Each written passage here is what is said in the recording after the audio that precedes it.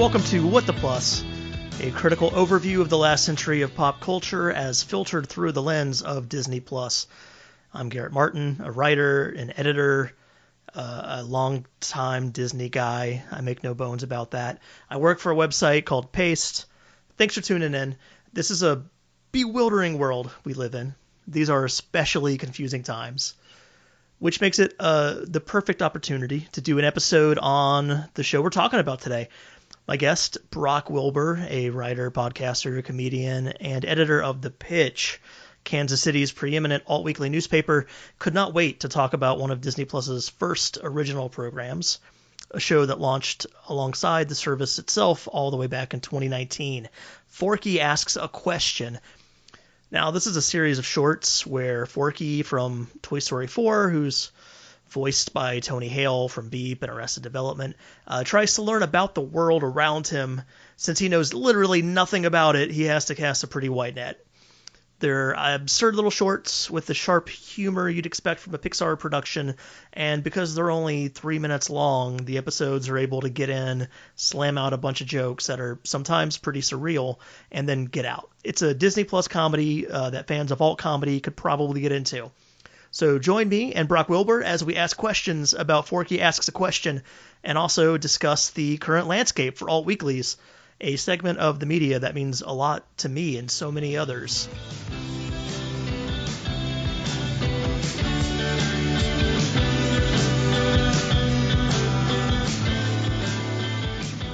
My guest this week is Brock Wilbur, writer, comedian, editor of The Pitch, Kansas City's finest alt weekly, the guy who blew the lid on that sex cult whose name looks like a Roman numeral. What's happening, Brock? I think we should include that's former Pitch writer Brock Wilbur. That's Pace writer. Oh yes, yeah. You used to write for Pace, my day job. We got a good 3 years in together. That was fun. Yeah. You were great at covering the world of comedy. Yeah. So you are out there in Kansas City. You're editing this alt weekly. What is editing an alt weekly like in the year 2020? Fascinating to leave a job in video games to take on a job in local print media. That's a choice that I decided to make. It is very difficult because there's something that I wasn't prepared for in the shift from writing for national media at various places, where if somebody's mad at you, they can be anywhere in the world, and you're just like, whatever, that's an idiot. And then when you get into local stuff, you're sometimes upsetting people that you've now known for years, or like you'll see a comment on something that's very angry about something you've done, and you're like, that guy lives in my neighborhood, I'm going to see him at the grocery store. And like it is both the pro and the con of it, which is that like when I do really good at my job, I get to see the positives in the community. I can physically drive by places and see things that I've helped make happen. And when I have to do a story about something negative, I can also see a business shut down, or I can see people be very angry with me telling the truth about something. So it's been a fascinating year, especially for a year as politicized as this, where somebody screams at me all the time about like just for publishing like statistics on like the numbers of COVID in our area, and they're like, "Oh, you're just trying to fearmonger because it's good for business with all your clicks." I'm like, first of all, we don't have a click-based advertising model, but secondly, like all we depend on is advertising from local non-chain businesses. So like if they stay closed, we go under. I have no invested interest in trying to keep a pandemic going for no reason, but like, sure, I'm fake news, which I never understood that being called fake news actually opened a door where I was like, you know how much easier this job would be if I just made it all up from my desk? Like, I would have a sexual reaction to being able to be fake news. It'd be so much easier. You wouldn't have to transcribe anything. Like the worst part of the job, right out of the gate, is just gone. So yeah, I don't have to talk to anybody on the phone ever again. Fuck, give it to me. Now, like you think of alt weeklies as being, kind of like a sort of, I don't like these terms, but sort of like a cool, hip thing. But like what you were just saying about comments and reactions, whenever I like look at the Facebook page for the flagpole in Athens near where I live, it's full of COVID denialism and like right-wing talking points and like QAnon people. And it's like, how do these people know about this newspaper? Like, why are these people commenting on the flagpole page? Our publication's been around for 40 years as of this year, and like there's people that like want to chime in all the time. They're like, "Hey, how political you've gotten! I wish you'd go back to just writing about like music and stuff." And it's like, well, we've been political since the start. Like, it seems like you haven't read this in the last 40 years. But then, like, yes, the same people that don't want us to be political jump in with their like Hollywood child sex trafficking things under a story, typically about music, where I'm just like, I thought that what you wanted was just to not have this safe space from politics talk, but here you are bringing it in. So I don't know. People are angry and stupid these days. It's fun. What you said about angering people that you know, that is why, if you've ever wondered why, so Brock, I believe, knows that in real life I go by my middle name, Ryan. I have always gone by Ryan in my personal life back to before I even had memory. Garrett's my first name, and I use it when I write, because I started writing professionally for the Alt Weekly in Athens, Georgia, where I was part of a music scene. And I knew that no one but my closest friends knew my first name was Garrett. So I didn't want to make anyone mad if I wrote anything negative about their band. So I went by a name that could give me plausible deniability, which is my first name, which no one knew. So that's why I'm Garrett Martin professionally, because of the Alt Weekly. I did not know that it was because of the alt. I just thought that you were like, look, I need a code word that lets me know that I'm talking to an actual friend now. Like, it's like a code switch of like friendship. It also helped slightly with Google searches back in the day. Nowadays, Garrett Martin is as common as any name, but like 20 years ago, Ryan Martin was a way more common name. Anyway, so like I came out of the world of the Alt Weekly. They were crucial to me both as a young person, as a reader, also as someone who got into the business as a writer and an editor. Obviously, they've had really tough few years, or really a couple of decades probably now. Like Atlanta's big alt weekly, the Creative Loafing. It won like the national award for best alt weekly of its size maybe 5 years ago, and then a year later, like everyone who worked there was gone, and it went from being a weekly to a monthly, and now it has almost no relevance. Like you never really hear anyone talk about it. What's that scene like in 2020? Like how has COVID impacted the business side of running an alt weekly? I mean, as aforementioned, our business is made up entirely of, as a free publication. Half of it is local businesses advertising with us, which those have mostly been shuttered and are starting to come back. But now we're into second shutdown, sort of headed to that territory. So who knows? And then the other half of our business model is all the events that we throw, which, haven't had that this year. Don't know when those come back ever. So really quick went into like sort of austerity measures. But the thing is that like somehow through that and through the fact that we suddenly had COVID and the protests and all these things, and there just being so much local news that like a full staff couldn't even probably handle it. People sort of came out of the woodwork to help us take on local news. And so like our output is up something like 7 times what our digital output was last year.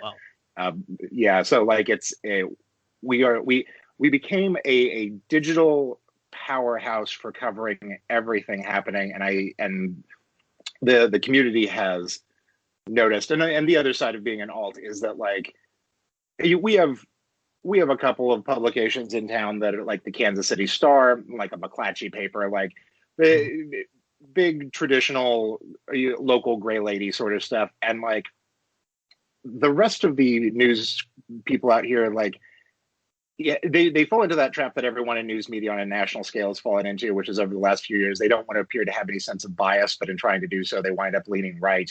And you wind up with things like, at my paper, I'm allowed to have a voice, and we're allowed to have a collective voice. And I think that voice gets to reflect the city of Kansas City and what we believe and think.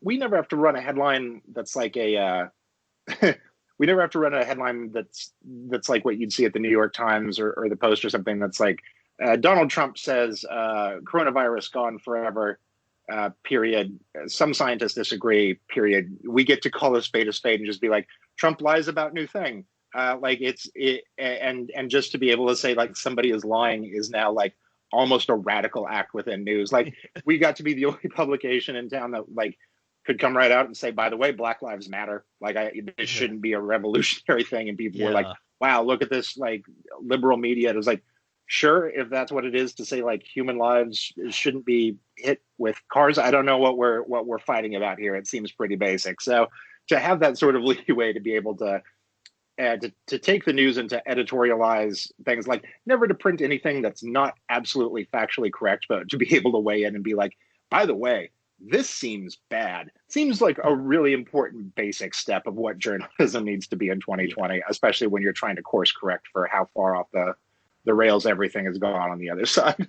Well, it's good Kansas City still has a paper like that, because so many markets no longer do.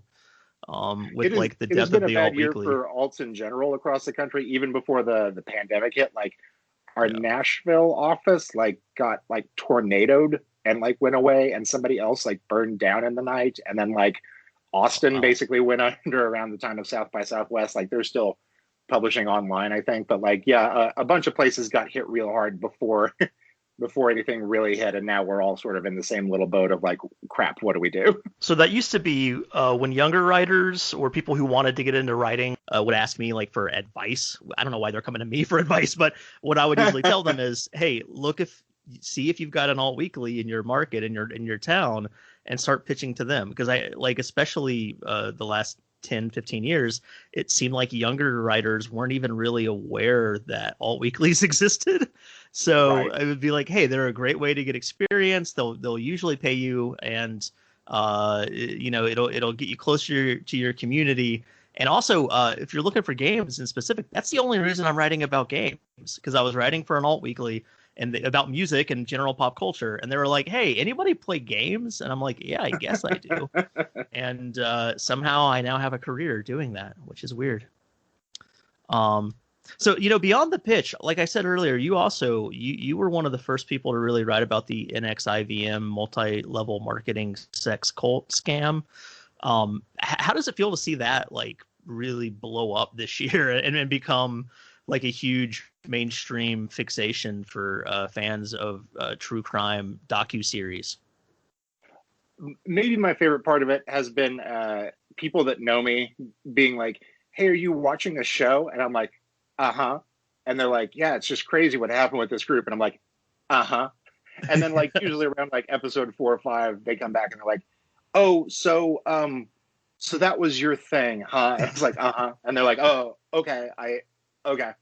So yeah, it's fascinating because like I spent about 2 years post the article coming out at Paste about NXIVM, working with at first a large podcast network, and then later with a TV show that we were getting off the ground. And our TV show contained was supposed to involve almost all the same people that were involved in the HBO doc, and at some point HBO money came around instead of the money with the networks we were working with, and everyone was like, okay, well, that's the first one to bring the money in, we're going to go there. And I was like, you know what, this is kind of okay, because I don't know, I've now sunk like 2.5, 3 years into this thing. I had private investigators following me around in Los Angeles. I had people being harassed in my life, and I was like, I think I've given Keith Raniere enough of my time. It's fine for me to let this go. So to have it pop up out of nowhere and have people like reach out and like ask a bunch of questions from the start again isn't the most fun. Like, I'm not like annoyed when somebody does it, but like there were people that were like, are you upset that you weren't included in the documentary? I'm like, nope, really cool with that. Really cool that like I can bring it up in like an interview with my friend as part of a podcast where we're going to talk about cartoons and agree that it's fucking weird. And like, I don't have to relive any of my or anyone else's emotional trauma around it. Like, yeah, it's cool. Everyone else in that loves to do interviews like that, and it's their story, and let them be able to have it. Especially because like once there were like 3 shows about it, like now everyone involved that tried to make themselves look good in their own show looks terrible in somebody else's show, and you're just like, yeah. So I don't have empathy for like almost anyone here, or like even if I do, I'm like, but also you're bad. Like it's just such a fascinating gray area that I'm like, it's good to step away and I don't have to be there. So do any of those specials, like, so are there 2 series or are there 3 now? I don't even know. There's 2. There's another one that's on Showtime. that is made by India, the daughter that is featured in The Vow. Mm-hmm. There's also a series called The Women of NXIVM that came out actually last year. There's a bunch of other like specials and things. Everyone got in on the game here, and they all sort of hit. I'm just like, to have two different series running at the exact same time was a lot to sink 2.5 hours in every week to making sure I was caught up. I haven't seen any of them. I'm never going to watch any of them. I've heard nothing but bad things about the HBO one. Do any of them reference your work at all? Like is your work ever mentioned in any of these movies? The HBO one, I think shows a flash of my headline at some point. I don't remember on that one, but they they definitely do cover a lot of things around my thing coming out, because like there's this very specific like month or two where that happened, and then a bunch of other things happened, and they sort of like built up to being like you can almost feel it in the editing that somebody might have said it, or they started into that, and then they're like, let's cut that and just jump to the next thing. So there's this very clear moment that it's like, and here comes Brock's thing, and here's the things that happened after Brock's thing. I was like, okay, that's fine. Like it's fine. I genuinely am happier without it. So yeah, man, we're gonna get to the point soon where people are doing messed up stuff like that, specifically in hopes of getting the prestige HBO documentary miniseries down the road. You know. That is, I mean, that is part of it too. It's like, how many of us need to keep lifting up this guy? Because like, I don't know, enough people watch the series about a brilliant dude, and the same way as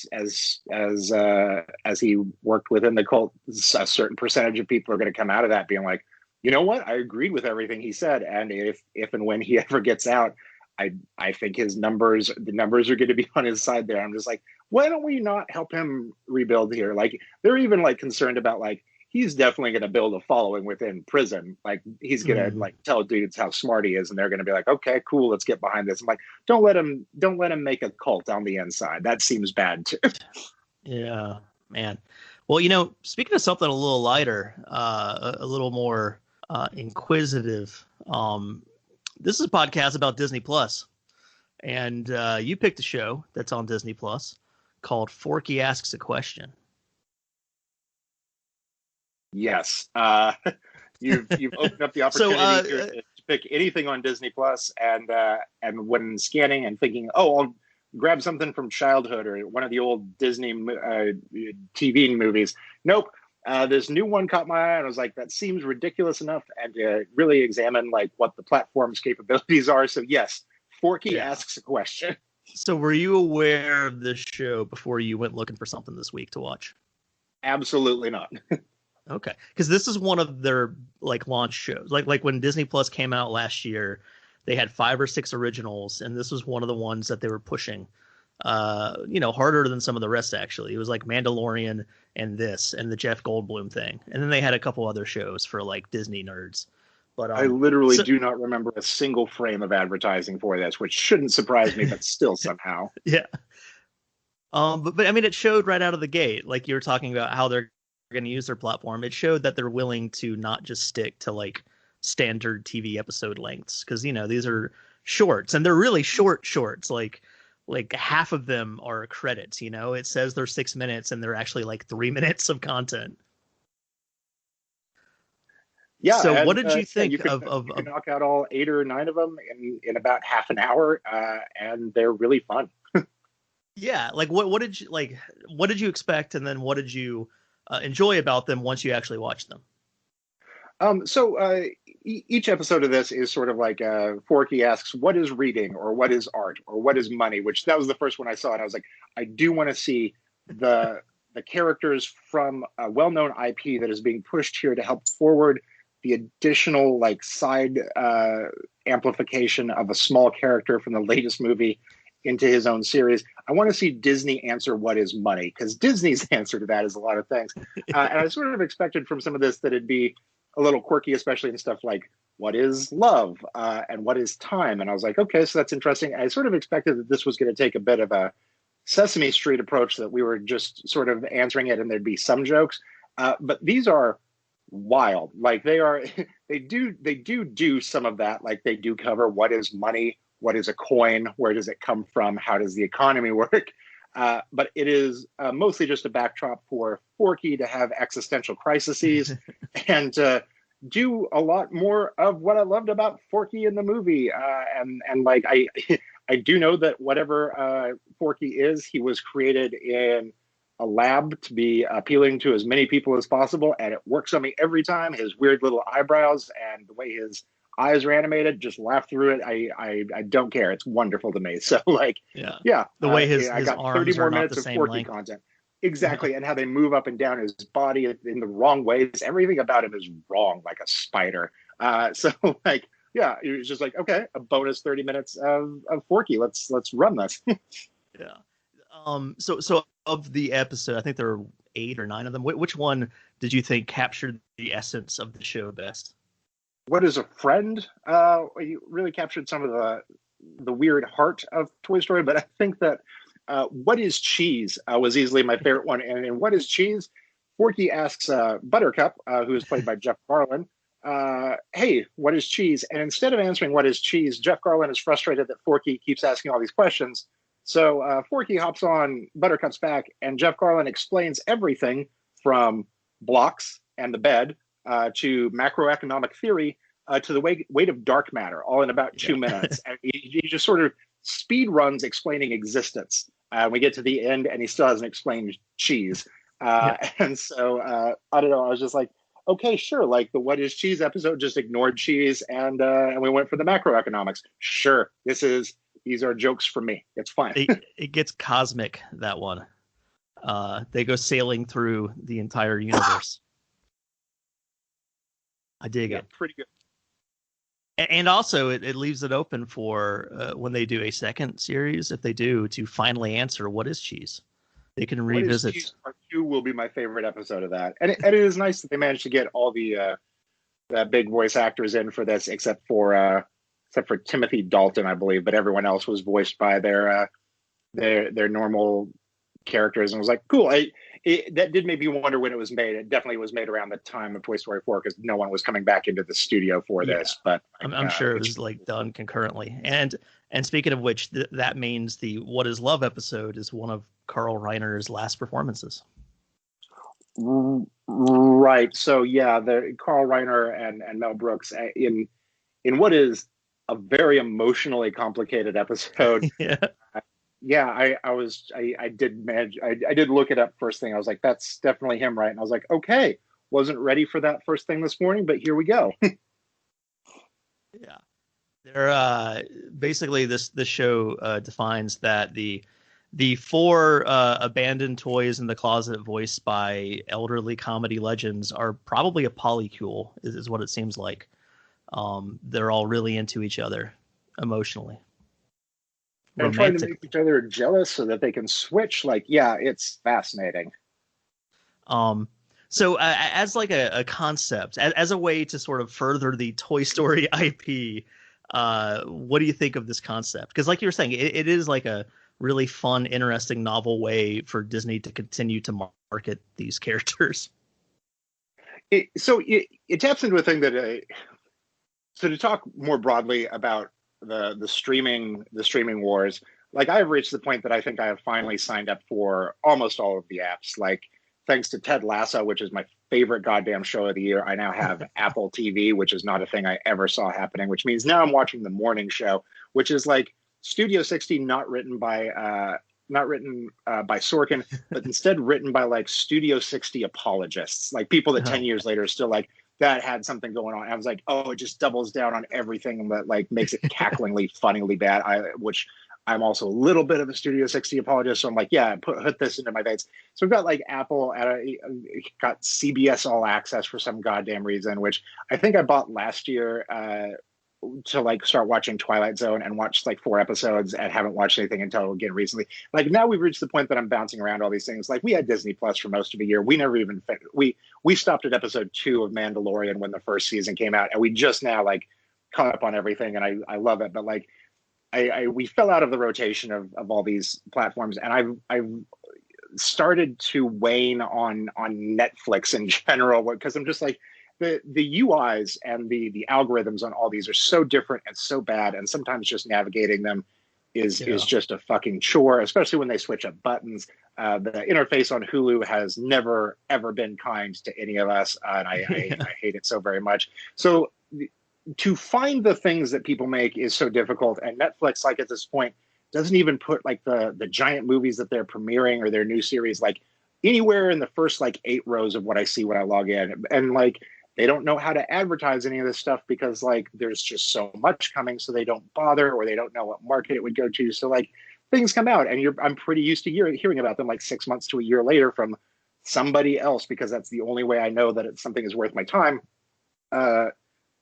Which is why I now have Peacock, because a friend told me that the Saved by the Bell revival was the funniest thing they'd seen all year. And indeed, that is true. It is impossible to top how good that is. And I thought they were pranking me, but okay, Peacock subscription sold. It is well worth it. So the fact that I could find Forky on Disney Plus shows that there is something that they are doing right, that I didn't have to go digging. They know something between the algorithm and what I'm looking for, that they can do these sort of things. Because there was a while that Netflix was trying to dabble in shorter form stuff, but like if they can't advertise, if they can't get you to know about the existence of a movie with gigantic actors and a huge budget, there's no way for them to also in the same space push a series of comedy shorts or something. So like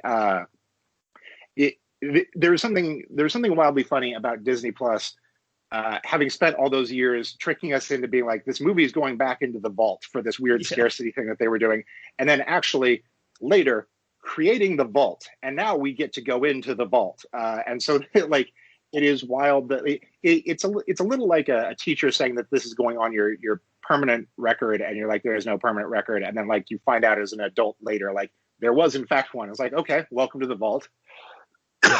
So to be able to see this thing means that they found a way for new short form side stuff to exist alongside decades of films, but also alongside nearly a century of other short films and things that they have. And they're all equally accessible and equally full frontal on like the menu. And so like to get into the mood of one type of thing and to be able to explore it and have a pretty good overview of what's available, like there is something almost joyous about the limited content there, even though I know that technically there's thousands and thousands of things on this platform, but like it is easy enough to find what I want that like it is beating out the competition for me. And it seems to show that it can do something more experimental like this and have it be a success. Yeah, that's I'm impressed at both how long that answer was, but how coherent and cogent its thought line was. You speak in full paragraphs, and I appreciate that. No, it is weird. After me for 5 years, you know, after like decades of controlling their content more than any other company, making it really difficult to see. You know, you couldn't see the shorts as a kid unless you subscribed to the Disney Channel or bought the VHS tapes, whereas all the Looney Tunes shorts were on every TV station on your dial. And it is crazy to see them just like open the floodgates and say, hey, for the cost of a fast food combo meal a month, you can get almost everything we've ever made all at one time. And also the fact that, like you were saying, this show is a year old and it's still easy to find. It'll still pop up on my front page. Whereas stuff at Netflix, yeah, it just is buried. There are a lot of problems with Netflix. You know, as a comedy editor, when like I'm trying to update our list of like the funniest movies, and I click the Netflix movies tab and it pulls up a page of nothing but stand-up specials. That's frustrating. Well, we've also entered this new period that you saw it coming 6 months ago, maybe longer, but like it's really hit now that like we're just never going to see like viewership numbers or box office numbers again in our lifetime. Like especially now that like Warner Brothers has gone all digital for next year.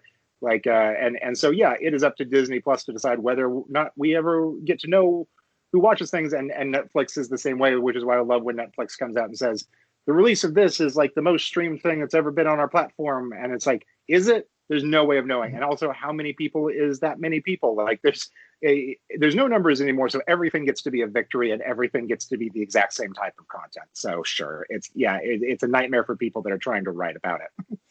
Yeah.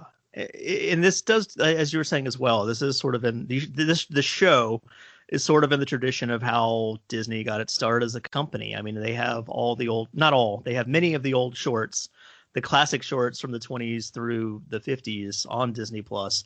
And I think you were saying earlier how y'all did not have a subscription for a little while. That is the thing that's going to keep me to Disney Plus, I think, as long as I have money and a will to live, is the freedom to just pull up old Donald Duck shorts whenever I want to. I mean, that is for me like the purest form of comfort watch that's available out there.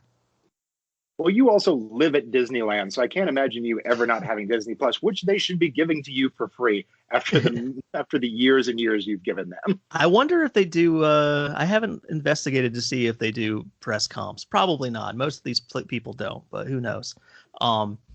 So have you watched something I didn't think about when I was watching a recent HBO show, but that really stuck out to me last night when I was rewatching Forky Asks a Question?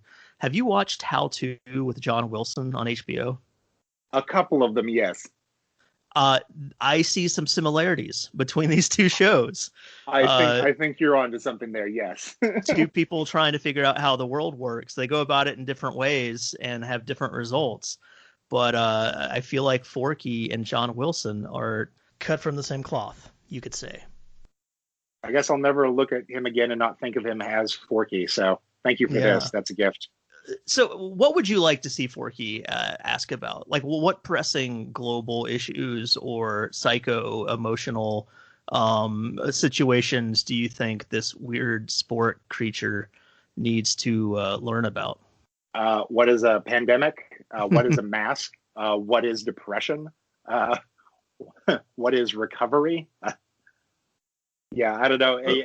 What is laying off 40,000 employees while restoring all benefits to your executive class? Yeah, I don't know. I feel like it is a good tool, just like Sesame Street would be, to help kids get out of this as we approach the light at the end of the tunnel here, like how to re-socialize and how to take care of yourself, like how to handle big changes. I wonder if they would ever go in that more educational realm. I mean, it's probably a moot question because until they make a Toy Story 5, which I'm sure they're making right now, they'll probably never get these people back together to do more of these. Not that they were together in the first place. I'm sure none of them were ever in the same audio booth at the same time.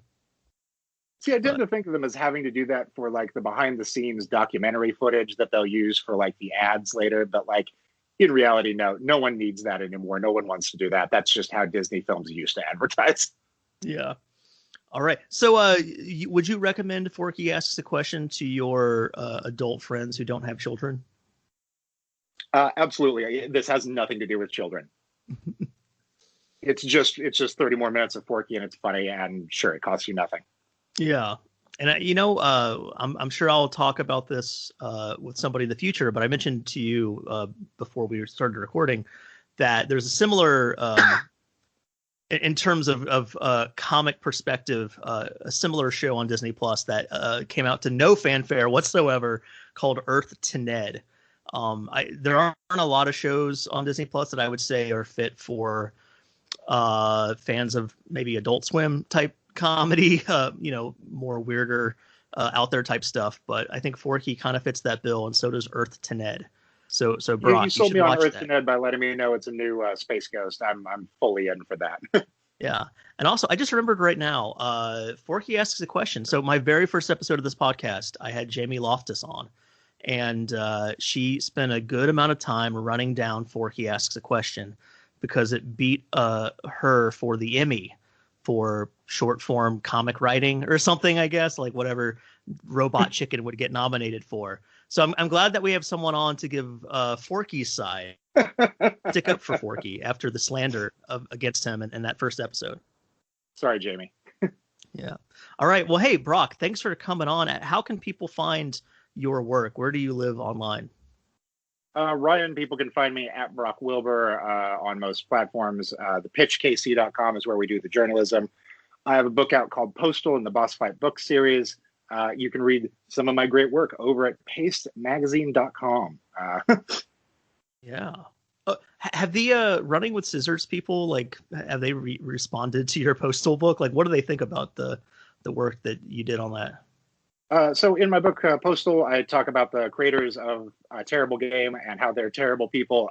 And we have formed uh, exactly the sort of friendship you might form around something like that. The two owners, we give each other plenty of shit online back and forth, and it is good natured fun, even though I'm like, but you still know that like I don't like you. And they're like, yeah, but I don't like you either. It was like, okay, so this is sort of fun. But like they love the book so much, and they love that like they really embrace like when people like tell them that they're shit and like their thing is bad because they're like, yeah, that game is bad and it's shit and it's one of the worst games ever and we're so proud of it.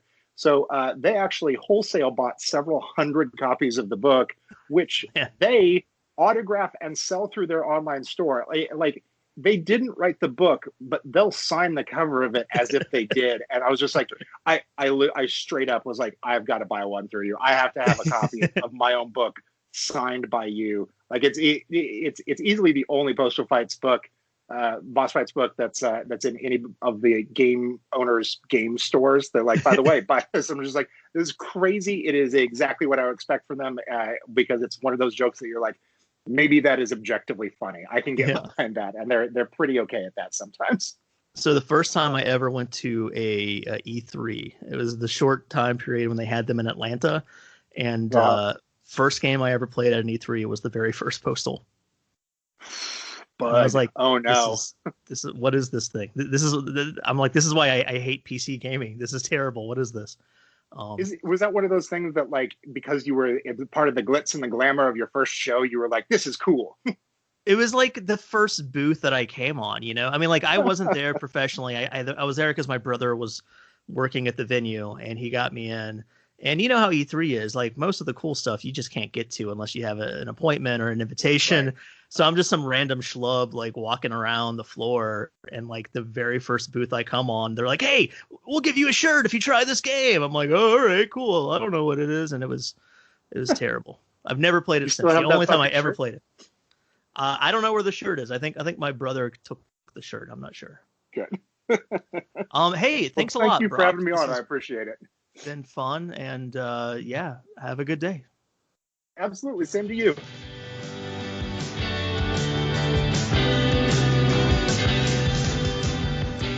Thanks again, Brock, for coming on the show.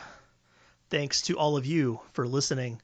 Please stay tuned in the future. We'll be back next week with a new episode. Maddie Myers from Polygon will be on to talk about 101 Dalmatians, the original animated film. Actually, I need to make sure it's the original animated film and not the live action remake. I really need to get that squared away before we record it tomorrow. And I'm really looking forward to that. Hopefully you are too. Thanks again. This has been What the Plus. I'm Garrett Martin. Have a great day.